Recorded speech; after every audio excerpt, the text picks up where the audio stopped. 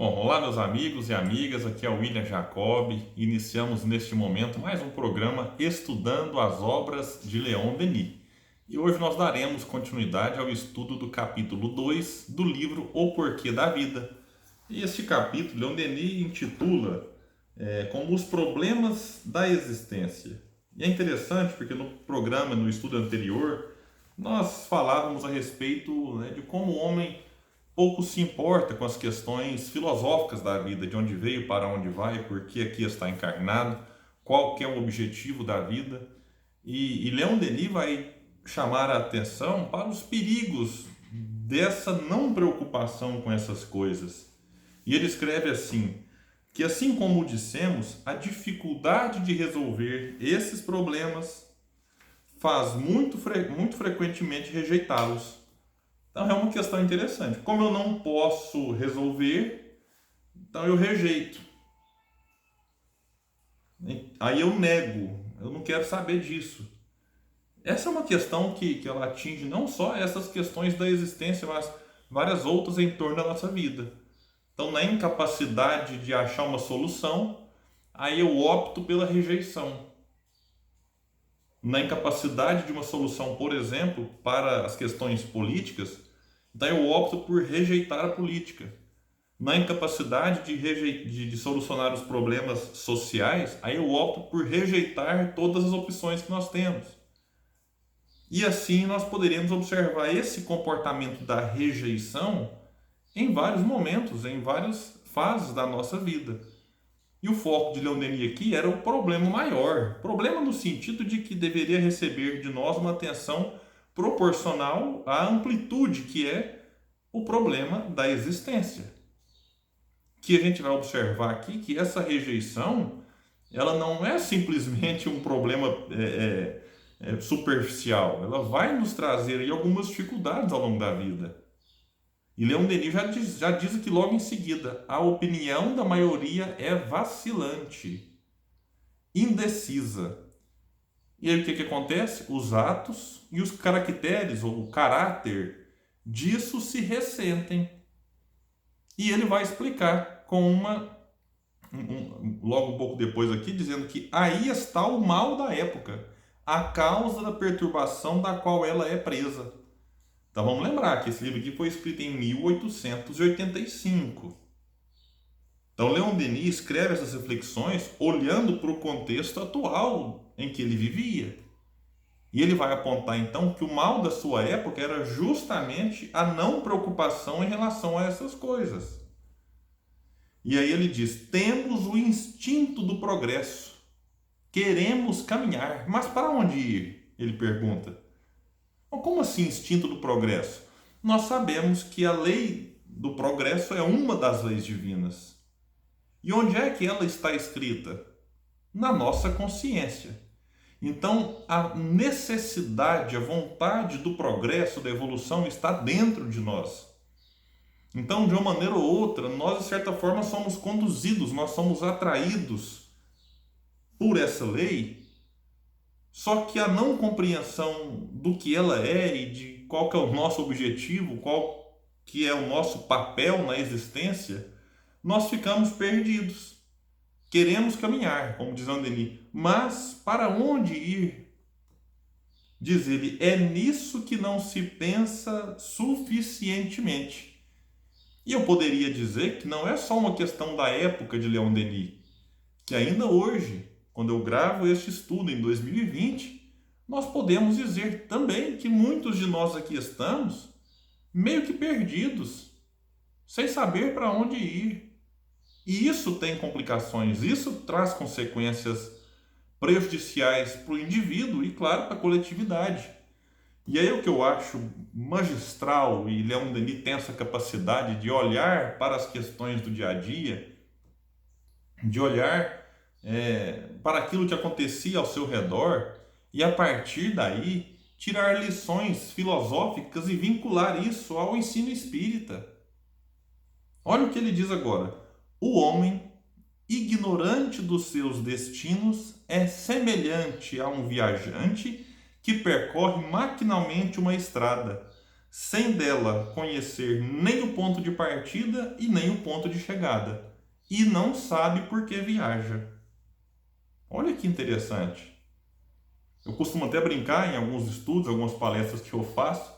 Para a gente entender isso aqui na prática, é só a gente tentar imaginar, se deparar com um viajante, não importa qual o seu meio de transporte, se é avião, trem, ônibus, carro, bicicleta, moto, ou se ele está caminhando, e perguntar para ele assim: ô meu amigo, você está viajando? De onde que você vem? E ele responder: não sei. A gente já começaria a desconfiar de que ele tem ali um certo transtorno, algum problema. Mas como é que você está viajando e não sabe de onde que você vem? Você saiu de algum lugar? Mas vamos supor que a gente ficaria mais curioso e perguntaria então: para onde você vai? E ele respondesse assim: não faço a mínima ideia. Bom, aí se a gente tinha alguma suspeita de que ele estava com problema, a gente realmente vai ter a certeza de que ele está com muito problema, sem saber de onde partiu e qual que é o seu destino. E a terceira pergunta seria quase que inevitável, que é: se você não sabe de onde vem nem para onde que vai, por que você viaja? Aí eu até brinco, ele fala assim: olha, não sei, pergunta no posto Ipiranga, né? Claro que é uma brincadeira aqui de uma propaganda que tinha até pouco tempo atrás, que ficou muito conhecida, em que o posto Ipiranga supostamente responderia todas as questões, todas as dúvidas de quem viajava. Não, esse é um ponto. Agora, essa metáfora, essa analogia que Landini faz, ela é muito verdadeira para as questões da vida. Muitos de nós não sabemos de onde viemos. E alguém pode até falar assim: ah, eu vim do hospital, e dá o nome do hospital e fala: eu vou para o cemitério.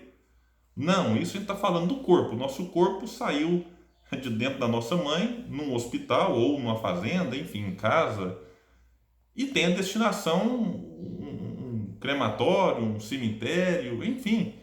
Mas isso a gente está se referindo ao corpo físico. Leon Denis traz agora aqui o questionamento para o espírito.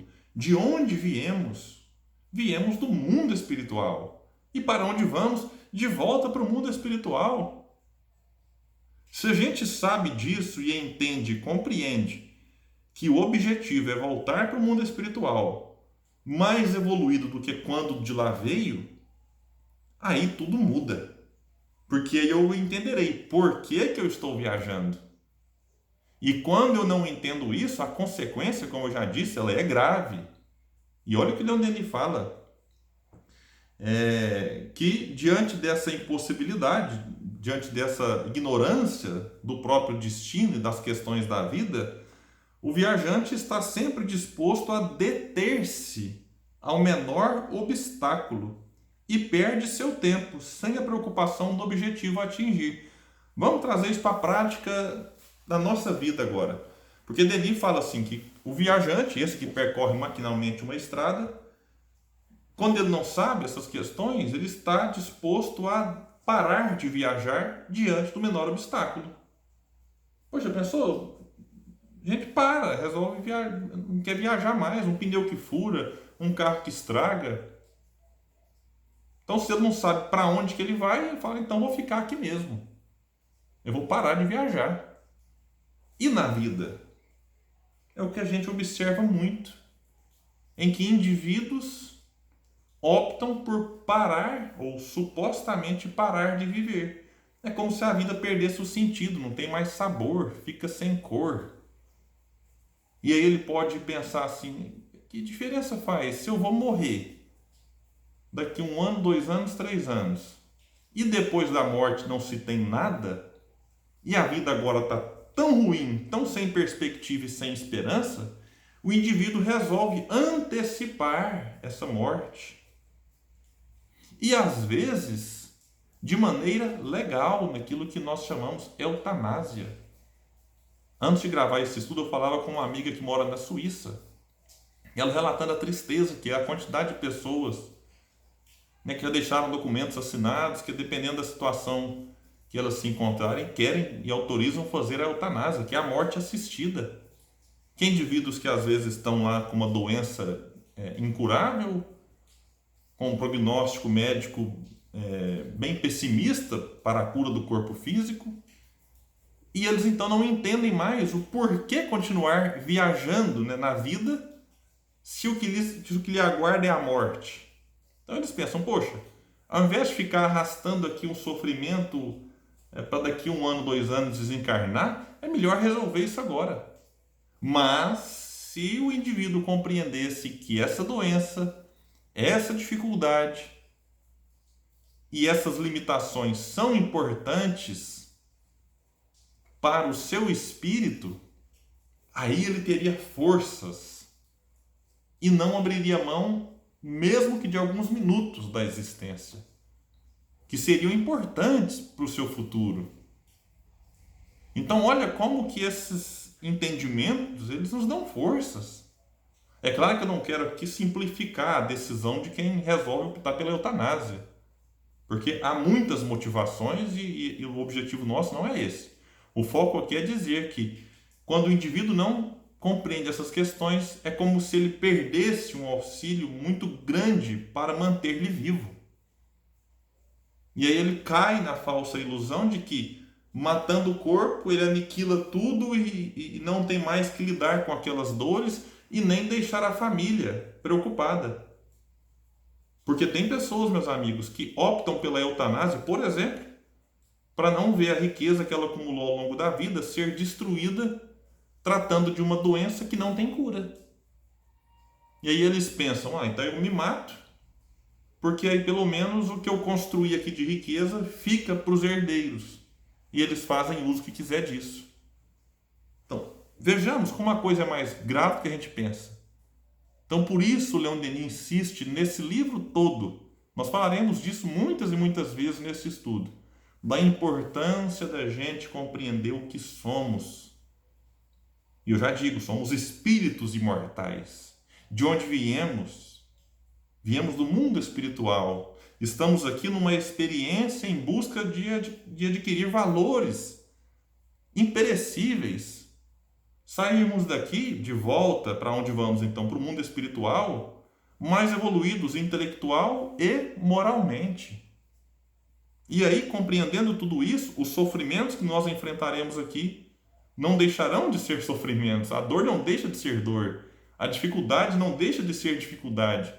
Mas aí nós teremos novas forças, novas motivações para suportar aquelas que não conseguimos mudar.